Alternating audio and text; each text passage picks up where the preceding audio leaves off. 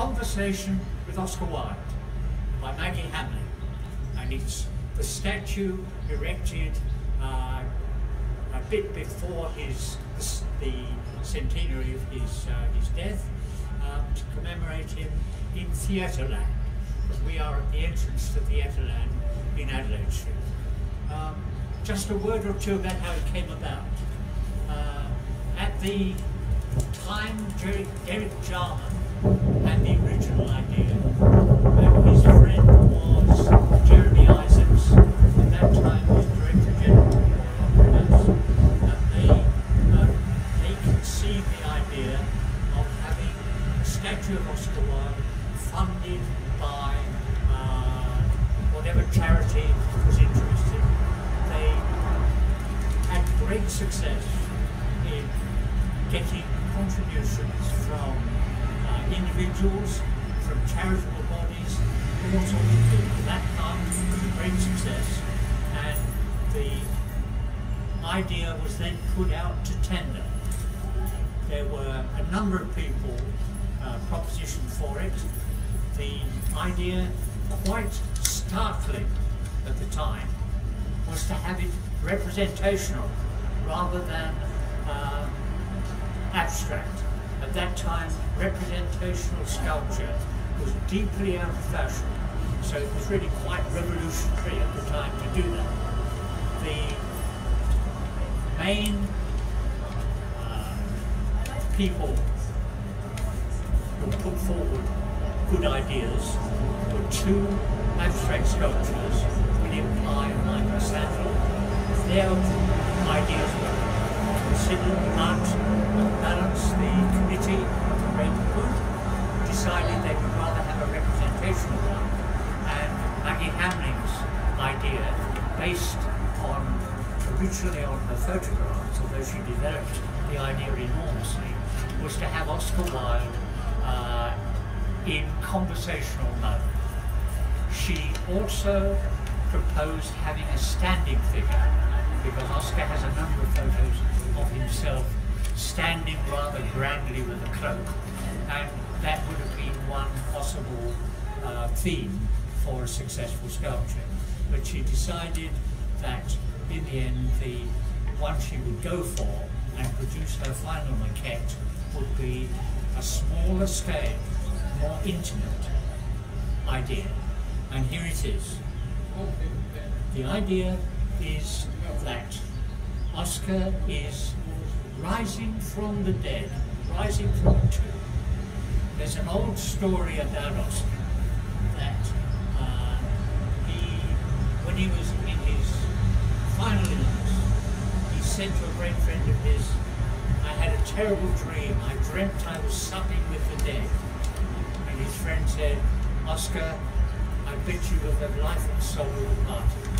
So this is in a way a witty exposition of the idea that Oscar would be rising from the dead, from this coffin, smiling and laughing, and above all, this is a small detail but an important one, above all with a cigarette in his hand. Because he was a great smoker, as indeed was Maggie Hamlin, so she felt a sympathy with him because of that. I have a photograph here, one of Oscar's favourite photos of himself, looking very debonair. And as you see, he's holding a cigarette, and the pose is, as you can see, the inspiration for the final form of this sculpture. It's made of bronze. The inspiration for this way of working was, I think, partly derived from Francis Bacon, who Maggie Hamlin was an admirer of. And so you have the texture of the sculpture comes from the idea of coils of rusting or weathering bronze, and that produces a curious lifelike effect, which is more lively than lifelike would be. the deciding vote on how this should be done was from Merlin Holland, who is Oscar Wilde's grandson, and he was fond of quoting Oscar saying that to be immortalised in bronze added a new horror to the idea of being dead. It was and Merlin was very much opposed to the idea of having a, as he put it, a dead, empty likeness. He wanted something more like it, and that is certainly what Maggie Hambling's achieved here. Do you want me to go on? Well, I do. Okay, this is really quite a painterly sculpture, isn't it? It's very, Sheila used the word lyrical. Yeah, that's right, because Maggie worked from paintings at the beginning. That was her starting point. Right. It was a series of paintings and drawings of Oscar. Right. One of the reasons we chose this was because she's really quite a controversial artist, and she's been in the news recently with the new sculpture up in Newington Green. And Maggie Hambling is a tutor at Morley College, and she was also the first artist in residence at the National Gallery, which is only just across the square there. So I thought it was a really interesting piece to come to first. And she's got a really lovely painterly surface texture on here, and I think this is gorgeous. Such a rich surface that she's created, and you can see the wax strips on here, so it's quite a loose sort of surface here, and then you get into the carefully constructed sort of facial features and hair. Because it's 20 odd years old now. Yeah. And it's worn very well when you consider that it's here to be touched and to be fingered. Every day. It's worked very well. Yeah. Oh, just one thing about touching and fingering it. One of the things that worried the committee, there were two things. One was vandals and the other was pigeons. So it's cleanable, so that solved the pigeon problem. But the vandals problem, this cigarette was broken off 4 or 5 times, had to be replaced.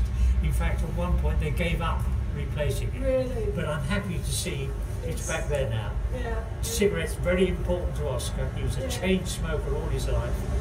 As was Maggie Hambling until 2004, yes. I think she has given up now.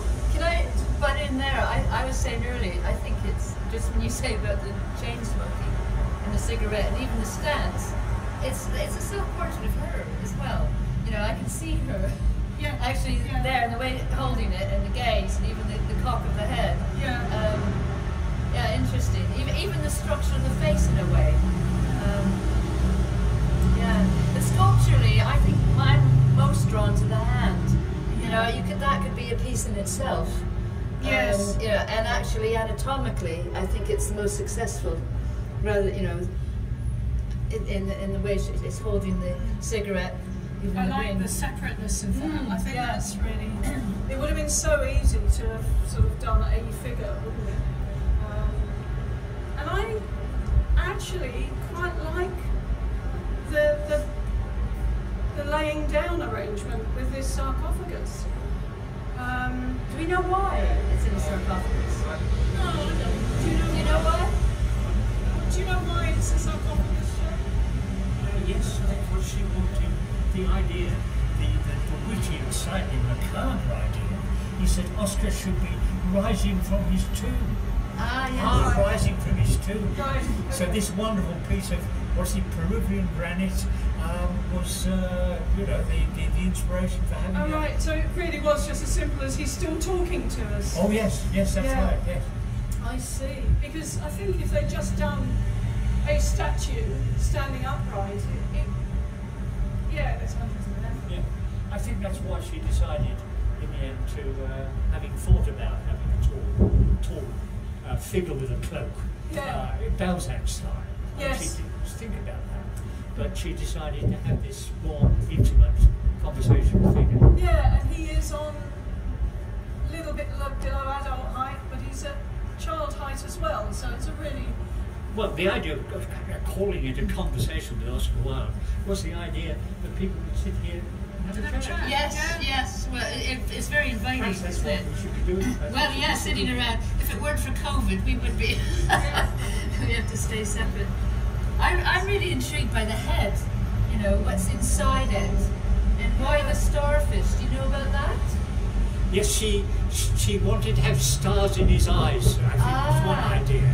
So it's not so much starfish, but stars. Yeah. And almost seaweed. One of the standing figures did actually have a moving eye in the statue, because I remember when I saw it with her, she suddenly stamped the floor very hard, and I thought, has anybody upset you? No, she was deliberately stamping the floor so that the statue would move a little bit, and the eye bit would figure. I think that's one of the ideas really she had. creepy. I'm not sure that would have coped with that.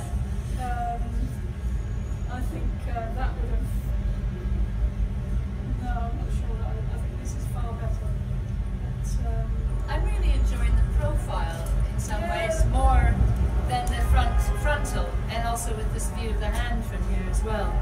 But you can see more of a likeness yeah. as well. Yeah. There's a surprising delicacy to it. Yes. You know, with the handling, it's so strong, you know, but there's a gentleness to the whole piece, I think. It really has captured that sense of, oh, I'm just going to sit here and smoke a cigarette and have a chat. Yes. And it's gonna. I'm so glad that she didn't clean it all up. Yes. Left that texture. Yeah, but also things like, you know, that cleft of the chin. Yeah. Yeah, she's quite literally got those dribbles of the wax around here. You know, that's. I just think that's terrific. I slightly have a problem with that being so different from the other side. But The very sort of perfect curve. Yeah, Yeah, I don't yeah. understand that. Yeah. But when you said earlier about the delicacy, there's also an intimacy. You feel she really loves this person. yes, You know that She wa- there's a relationship. she had a conversation while she was yes, making yes. Yes. Oh yes, she talks in her the things she's written about the books. And one of the first drawings she did as a child turned out to look rather like Oscar Wilde. Oh, right. Yeah, and Oscar Wilde, and she was interested in Oscar Wilde's fairy tales. So she's had as it were, a relationship with Oscar throughout her life. Yes, yeah. Yeah. Okay, this is a booklet, a statue for Oscar, Maggie Hamling, National Portrait Gallery publication. It was brought out at the time that Maggie had just had the approval, as it were, of her maquette for this statue, and I can show you that is the original maquette. That was the one on which the decision to award her the commission, as it were, was made. Now, she has done a lot of preliminary work. I mean, that is an example of a study which is fairly close to the finished product. She did separate studies of another idea which she had at an earlier stage, which was to have a standing statue. So as you can see, that was a tall one, and that was in fact life size. Oh, wow. Quite tall, because he was 6 foot odd, Oscar about 6'3", so which was tall, and so it was important to have it full size. Yeah. So that's one example of the work she was doing. But going back to her original studies, she did a number of paintings I think these give quite a good idea of the sort of preliminary work she was doing, her studies in the way of the paintings. And You see, she's got so, cigarette smoke. Yes, and they're very searching, aren't they? Yeah. They don't rest. Yes, and when you look at that painting of the smoke, it's like the sculptural hair, isn't it? Yeah. Swirling around. See, and here you get a painting which is much, even more sort of swirly and indebted to Francis Bacon. The colour's very interesting there. So you can see how she worked from painting as well as from 3D sketching. Yeah. Think you see that blue there, and thinking, Alex, about your lovely blues and your bronzes. It's a shame she didn't get a bit of those blues in here. Yeah, you can imagine. Also, Yeah, oh, wait, it's not for outside. Okay. Yeah. See, that was absolutely nothing. I mean, that wasn't an item she used, but it's an example of the sort of work she was doing. Very, quite unusual for her, Yeah. isn't it? Yeah. They're more sculptural, these, more open, aren't they? Yeah. Yeah. She just described that as wild at night, but it's just, you can see that it is a sketch of the same, Yeah, same sort yeah. of thing. Yeah. Yeah. Wonderful. So there we are.